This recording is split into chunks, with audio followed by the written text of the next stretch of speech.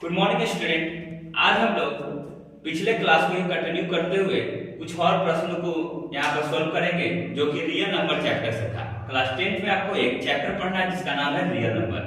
पिछले क्लास में हम लोगों ने दो प्रश्नों को सॉल्व किया था, आज भी दो प्रश्नों को हम लोग सॉल्व करेंगे और ये कुछ खास है, ये कुछ खास है, इसी चलते इन प्रश्नों को आपको यहाँ पर समझाया जा रहा है। तो पहला क्वेश्चन देखिएगा, The length, breadth and the height of a room are 8 meter 25 centimeter, 6 meter 75 centimeter and 4 meter 50 centimeter respectively। इस कहने का मतलब ये आपको लेंथ के रूप में दिया गया है, ये आपको ब्रेथ के रूप में दिया गया है और ये आपको हाइट के रूप में दिया गया है। ठीक है, ये हाइट ऑफ द रूम। इस कहने का मतलब जैसा कि आप जानते हैं कि एक कमरा क्या होता है, क्यूबॉइड शेप का होता है। ठीक है, तो वहां पर लेंथ, ब्रेथ और हाइट की चर्चा की गई है।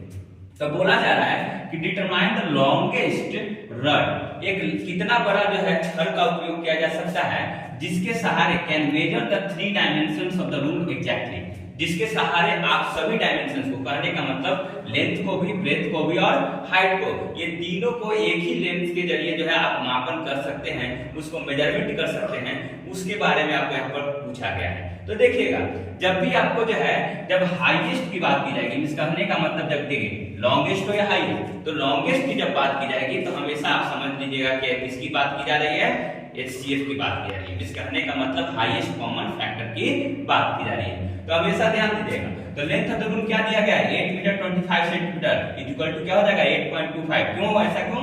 क्योंकि 8 मीटर बराबर क्या जानते हैं आप, 8 मीटर इसको लिख सकते हैं 25 सेंटीमीटर को 25 डिवाइडेड बाय 100, ये क्या हो जाएगा मीटर, इसका मतलब 8 मीटर प्लस 0.25 मीटर, इसका मतलब क्या हो जाएगा 8.25 मीटर। इसी चीज को हमने यहाँ क्या लिख दिया है। ठीक है, तो 8.25 मीटर जिसको हम लिख सकते हैं सेंटीमीटर क्या, ये 825 सेंटीमीटर। क्यों ऐसा क्यों? क्योंकि 1 मीटर बराबर जानते हैं आप क्या, 100 सेंटीमीटर। ठीक है, 825 सेंटीमीटर। उसी तरह ब्रेथ ऑफ द रूम क्या दिया गया, 6 मीटर 75 सेंटीमीटर, इसको हम लिख सकते हैं 6.75 मीटर, 675 सेंटीमीटर। उसी तरह height of the room 4 metre 50 centimetre, इसको लिख सकते हैं 4.50 मीटर, इसको लिख सकते हैं 450 सेंटीमीटर। अब देखिएगा, जब यहाँ पर लॉन्गेस्ट रड की बात की गई है, इसका मतलब जो है क्या, HCF निकालना पड़ेगा। क्या निकालना पड़ेगा, HCF। तो HCF जब 825 675 450 का निकलेगा, तो इस तरीके से हम लोग यहाँ पर उपयोग करने वाले क्या, रियल नंबर का चैप्टर पढ़ रहे हैं, इसका मतलब डिवीजन लेमा थ्योरम का उपयोग करेंगे। तो यूक्लिड डिवीजन लेमा थ्योरम का उपयोग करते हैं किस पर, 675 और 450 पर। पहले इन दोनों पर हम लोग क्या करने वाले हैं, यूक्लिड डिवीजन लेमा थ्योरम का उपयोग करने वाले हैं। तो देखिएगा, तो applying the Euclid division lemma theorem क्या होगा, 675 इज इक्वल टू 675 को कैसे लिखा जा सकता है, 450 into 1 plus 225। तो जब यहाँ पर देखिएगा, अभी भी यहाँ पर जो है रिमाइंडर 0 नहीं हुआ है, इसके बाद फिर से एक बार और क्या करना पड़ेगा, यूक्लिड लेमा का थ्योरम का उपयोग करना पड़ेगा। तो सेकंड स्टेप में फिर से अप्लाई कीजिएगा, तो किस पर अप्लाई होगा, 450 और 225 पर। तो 450 इज इक्वल टू क्या लिखा जा सकता है, 225 गुना 2 प्लस 0। अब यहाँ पर देखिएगा रिमाइंडर क्या आ चुका है, 0। जब रिमाइंडर 0 आ जाता है, इसका मतलब क्या होता है, वही उसका क्या होता है, वही उसका जो है यूक्लिड डिवीजन लेमा के थ्रू जो है HCF कहलाता है। देखिएगा, तो HCF अब तो यहाँ से क्या लिख सकते हैं, 675 इक्वल टू 225, ये वाला जो पार्ट होता है वही क्या कहलाता है, HCF कहलाता है। अब यहाँ पर देखिएगा,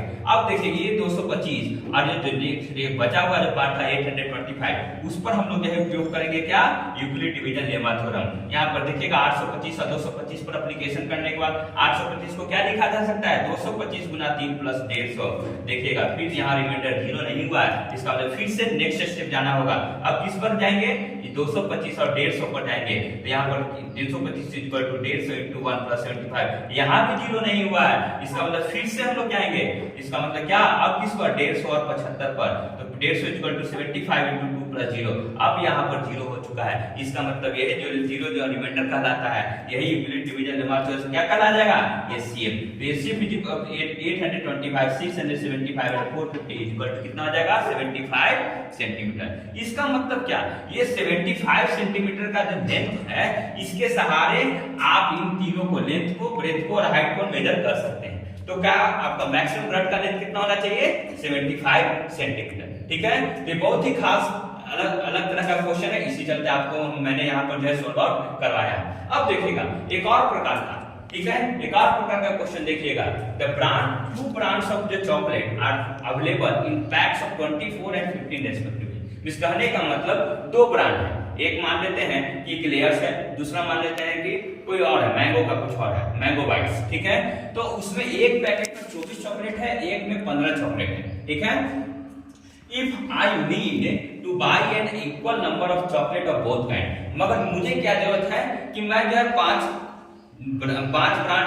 जो है इक्लेयर्स का भी चॉकलेट खरीदूं और 5 जो है मैंगो बाइट्स भी खरीदूं, मुझे इक्वल नंबर ऑफ चॉकलेट चाहिए, ठीक है। तो what is the least number of boxes of each kind I would need to buy, मगर मुझे चॉकलेट से मतलब नहीं है, भले ही मेरा चॉकलेट की संख्या बराबर हो, मगर वो चॉकलेट की संख्या इस तरीके से बराबर हो कि बॉक्सेस भी आपके हाथों में क्या हो जाए, बराबर है। तो कितना लिस्ट नंबर ऑफ आपके जो है बॉक्सेस खरीदे जाएंगे ताकि चॉकलेट की संख्या क्या हो जाए, बराबर हो जाए, ठीक है। उसी चलते जो है यहाँ पर हम लोग इस तरीके से चलेंगे। तो number of chocolate of first brand, अब देखिएगा यहाँ पर ध्यान दीजिएगा, यहाँ पर लिस्ट नंबर की बात की गई है, और जब भी लिस्ट नंबर की बात होती है तो किसकी बात होगी, एलसीएम की बात होगी। क्या होगी, एलसीएम की बात। एलसीएम मतलब क्या समझते हैं, lowest common multiple, lowest common